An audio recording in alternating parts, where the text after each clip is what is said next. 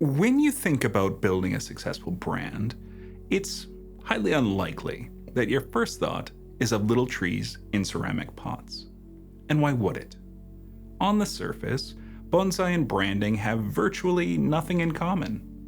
One is a centuries-old tradition passed down between generations, and the other is a consumer-focused product developed on a considerably shorter timeline.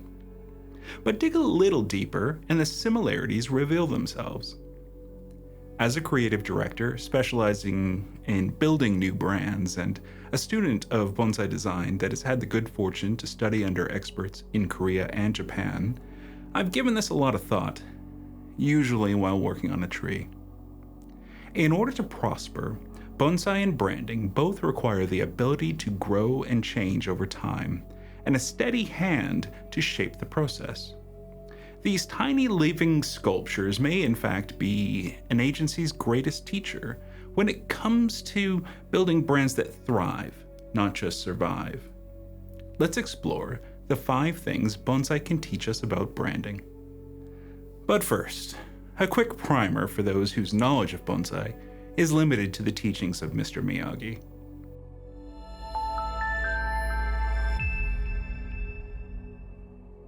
Believed to have originated in China as penjing, sometime in the 14th century before being exported and redeveloped under the influence of Japanese Zen Buddhism to the practice of bonsai that we think of today. Bonsai, literally translated, means planted in a container. A tree in some sort of container seems rather straightforward.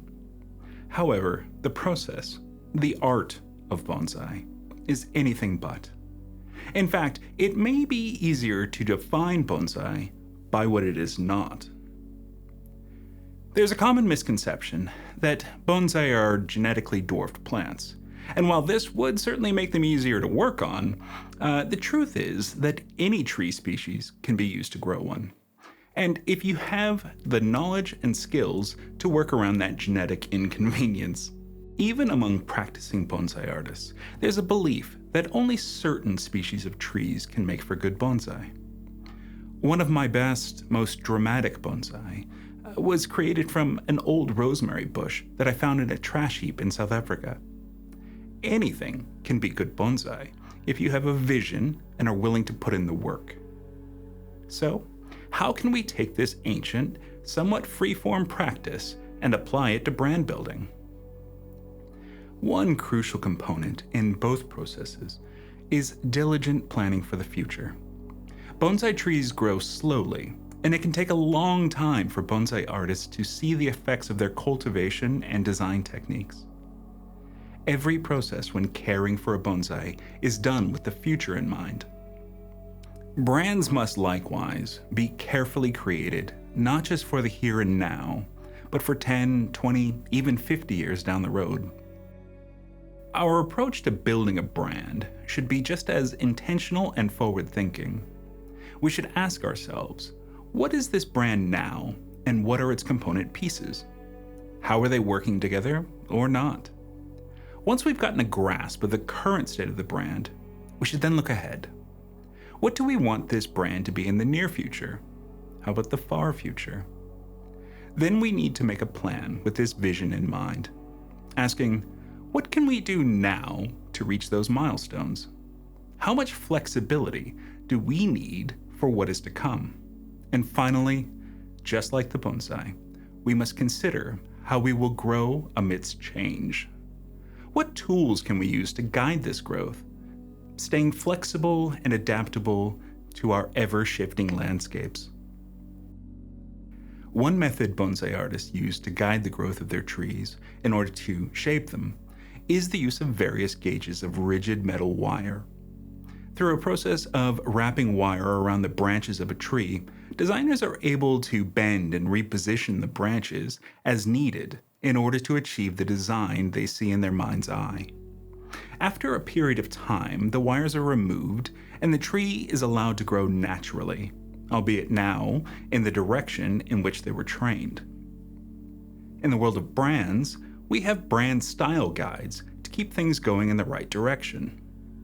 The brand guide takes the essence of your brand, your vision and values, and gets it down on paper for future reference for stakeholders. Its essential components are things like your brand story, voice, logo, color palette, imagery, and typography. These are your various gauges of rigid metal wire. These keep that brand you're building growing in all the right directions. Bonsai artists from the Lingnan region of China, which includes Hong Kong and Macau, shape their trees with a method called clip and grow. By pruning their trees strategically, they are able to direct the growth without having to use the wires. This produces a very natural look, as the branches will have fine ramification that twists and turns to create beautiful, organic patterns. Interestingly, when these trees are exhibited, they are often fully defoliated. Now, why would they want to show off a tree that doesn't have any leaves? Because the artists want you to enjoy the structure that is at the core of their design. Similarly, some brands are successful because they share openly and honestly with their fans. Let's look at Oatly, for example.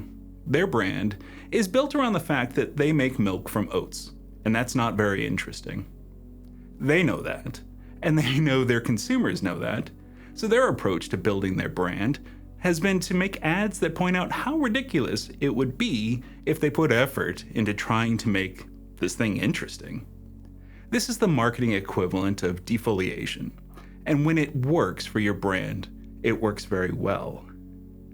How bonsai artists cultivate their bonsai trees also bears a striking resemblance to the development of brand concepts.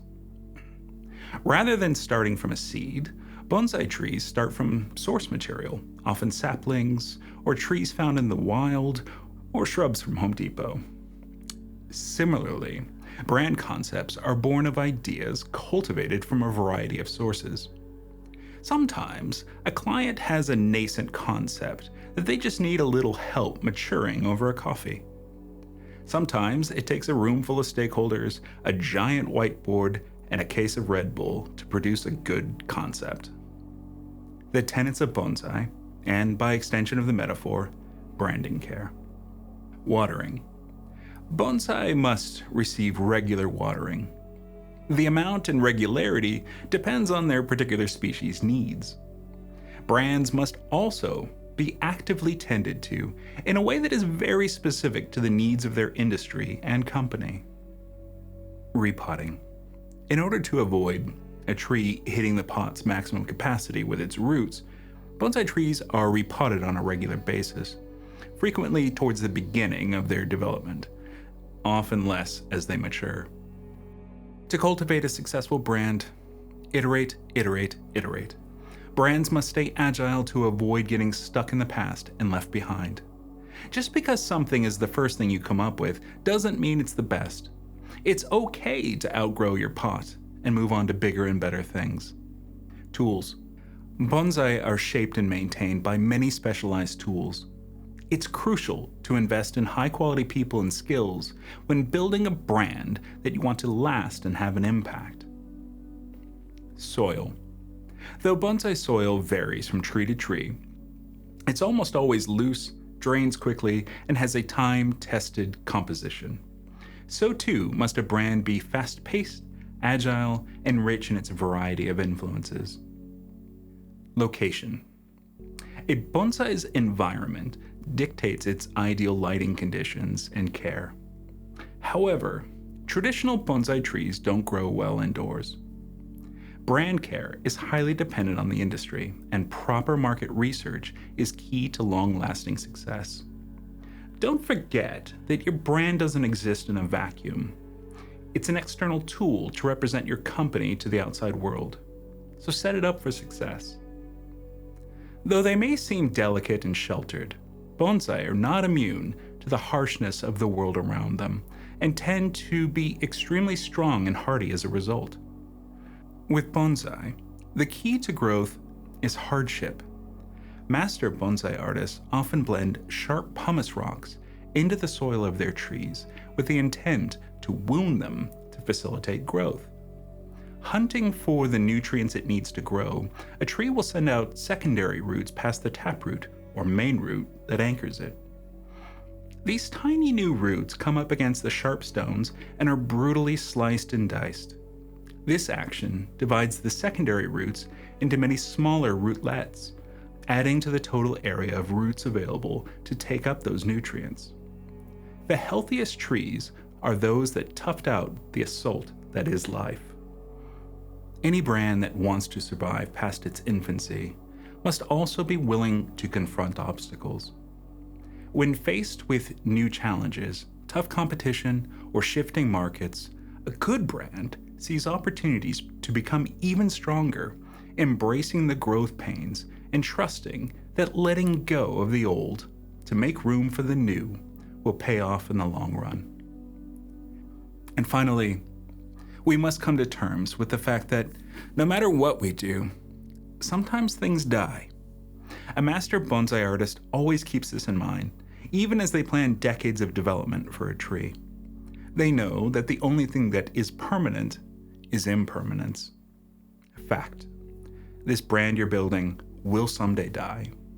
It may not be for a very long time, but it will happen. If you can accept that fact, then you can build your brand free of fear. And that's when you start having fun. Building brands should be fun. If you're not enjoying the process of conceiving a brand concept and confidently planning its long-term growth through skilled guidance, well, a bonsai artist might tell you that you're in the wrong line of work. Thanks for watching. If you enjoyed this weird little exploration of bonsai and brands, be sure to subscribe. Oh hey, if a tree falls in the forest and there's no one to put it in a nifty pot, is it still bonsai? Leave your answers in the comments. Okay.